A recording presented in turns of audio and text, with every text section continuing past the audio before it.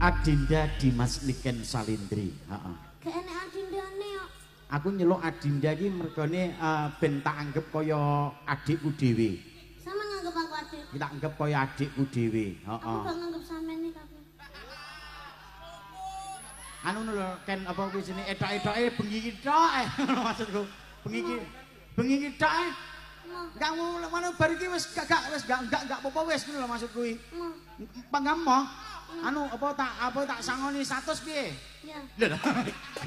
Kowe iki jalek karo duit kok rumah saya rodok maju. Rodok maju kene.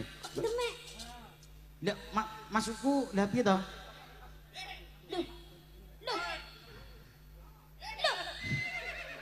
Kelek mau kendangnya aku joget.